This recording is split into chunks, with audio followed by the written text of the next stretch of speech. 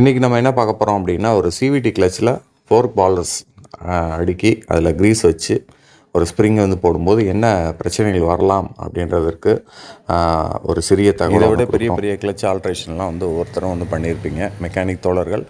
நீங்கள் ஏதாவது ஆல்ட்ரேஷன் வேறு மெத்தட் ஏதாவது இருந்துச்சு அப்படின்னா கொஞ்சம் தெரியப்படுத்துனீங்க அப்படின்னா நானும் தெரிஞ்சுக்குவேன். நன்றி. இந்த பதிவில் வந்து நம்ம இந்த பால்ட்ரஸ் அடுக்கி நம்ம அந்த வெறும் ஸ்ப்ரிங் மட்டும் போடும்போது என்ன நடக்குது அப்படின்றது பாருங்கள். இந்த ஸ்ப்ரிங்கு போயிட்டு அந்த பால்ட்ரஸை வந்து சுத்த விடாமல் லைட்டாக வெளியே தள்ளி விடுது. இதனால் வந்து இந்த ரொட்டேஷனில் வந்து பிரச்சனைகள் வர்றதை பார்க்கலாம். இந்த பால்ட்ரஸ் வந்து வெளியில் வர்றதும் திரும்ப நம்ம வந்து இதற்கு என்ன ஆல்ட்ரேஷன் பண்ணலாம் அப்படின்னு சொல்லி பார்க்கும்போது, இது கீழே இருக்கக்கூடிய கப்பு மாதிரியே வந்து ஒரு அடிஷ்னலாக வந்து நம்ம ஒரு கப்பை வந்து பாதி அளவுக்கு கட் பண்ணி எடுத்துகிட்டு அந்த கப்பை வந்து நீங்கள் அந்த கரெக்டாக வந்து அந்த பால்ட்ரஸ் மேலே உட்கார வச்சுட்டு நீங்கள் அதுக்கப்புறம் சுற்றி பார்த்தீங்க அப்படின்னா உங்களுக்கு அந்த சவுண்டே வந்து இல்லாமல் நல்லா ஸ்மூத்தாக வந்து ரன் ஆகிறத பார்க்கலாம்.